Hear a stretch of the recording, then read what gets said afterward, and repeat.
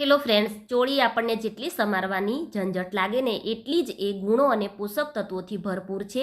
Cancer જેવી ભયંકર બીમારીથી પણ આપણને બચાવે છે.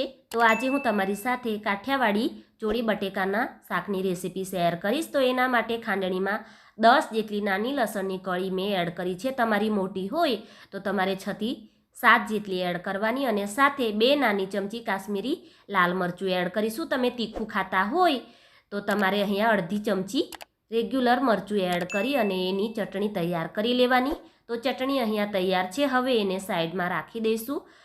અહીંયા મેં ગેસ પર કઢાઈમાં 3 મોટી ચમચી જેટલું સિંગ તેલ એડ કર્યું છે. તેલ ગરમ થઈ જાય એટલે અડધી નાની ચમચી રાઈ એડ કરીશું. તમે રાઈ ના એડ કરવાના હોય તો એને તમે સ્કીપ પણ કરી શકો છો. તો રાઈ સરસ રીતે તતડી જાય પછી જેમાં અડધી નાની ચમચી જીરું અને શાક પચવામાં સરળ રહે એના માટે 1/4 ચમચી હિંગ એડ કરીશું. તમારી હિંગ વધારે સ્ટ્રોંગ હોય તો થોડી તમારે ઓછી એડ કરવાની. હવે 250 ગ્રામ જેટલી ચોળીને મેં જે કૂણી હતી એના નાના ટુકડામાં સમારી છે અને જે પાકી હતી એના દાણા દાણા કાઢી લીધા છે. તો ચોળીને તમારે પહેલાં સરસ રીતે ધોઈ અને પછી એને આ રીતે સમારી લેવાની. અને જ્યારે પણ તમે ચોળીની પસંદગી કરો ત્યારે થોડી કૂણી અને થોડી પાકી એવી મિક્સ હોય એ રીતેની ચોળી પસંદગી કરવાની. તો એવી ચોળીનું શાક ખૂબ જ ટેસ્ટી એવું તૈયાર થાય છે. તો 2 મીડિયમ સાઇઝના બટેકાને મેં મીડિયમ ટુકડા કરી અને એડ કર્યા છે. હવે ગેસની ફ્લેમ મીડિયમ ટુ લો રાખી અને 4 થી 5 મિનિટ માટે એને તેલમાં આપણે સાતળી લઈશું. તો અહીંયા 4 થી 5 મિનિટ જેટલી થઈ ગઈ છે. હવે લસણની ચટણી એડ કરી દઈશું અને ગેસની ફ્લેમ એકદમ ધીમી રાખી સરસ રીતે મિક્સ કરી 1 મિનિટ માટે એને તેલમાં સાતળી લઈશું. તો એમ કરવાથી શાકનો કલર અને શાકનો ટેસ્ટ ખૂબ જ સરસ એવો આવે છે. તો એકવાર તમે આ રીતે જરૂરથી ટ્રાય કરજો.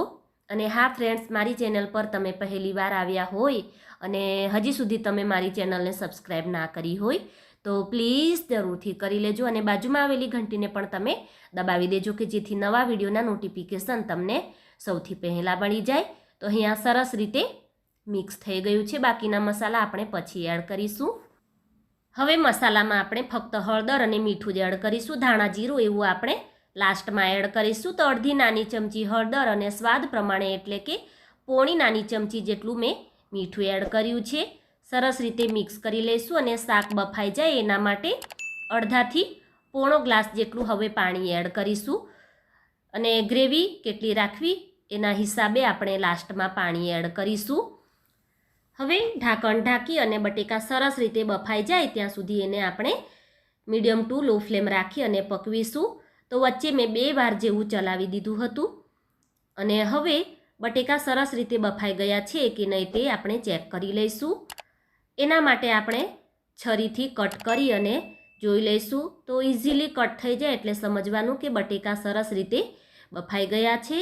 બટેકા બફાઈ જાય પછી 1 મોટું ટામેટું મેં અહીંયા ખમણીને એડ કર્યું છે.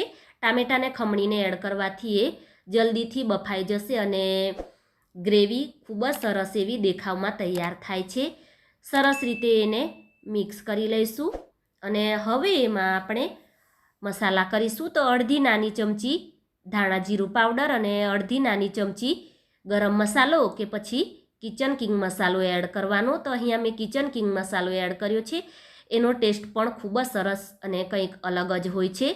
તો મસાલા એડ કર્યા પછી સરસ રીતે મિક્સ કરી અને ઢાંકણ ઢાંકી એને 3 મિનિટ માટે લો ફ્લેમ ઉપર પકવી લઈશું. તો 3 મિનિટ જેટલું થઈ ગયું છે અને તમે જોઈ શકો છો તેલ પણ શાકમાં ઉપર આવી ગયું છે અને આ સમયે ખૂબ જ સરસ એવી શાકની સુગંધ આવી રહી છે.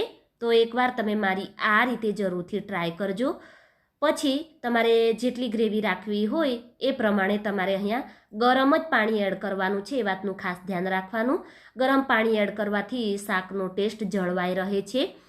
તો ગરમ પાણી એડ કર્યા પછી એને ફરીથી 2 મિનિટ જેવું તમારે પકવી લેવાનું અને જમવાના ટાઈમ કરતાં અડધા 1 કલાક પહેલાં જ તમારે શાકને બનાવી અને રાખી દેવાનું. તો બધા જ મસાલાનો સ્વાદ શાકમાં ખૂબ જ સરસ રીતે આવી જાય છે અને શાક ખૂબ જ ટેસ્ટી એવું તૈયાર થાય છે.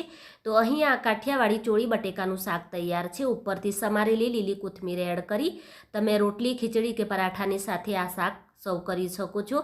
તો વિડીયો થોડો પણ હેલ્પફુલ લાગ્યો હોય તો પ્લીઝ લાઇક કરી વધારેમાં વધારે શેર કરી ચેનલને સબસ્ક્રાઈબ પણ કરી દેજો. તો ફરી મળીશું, ત્યાં સુધી thanks for watching. God bless you.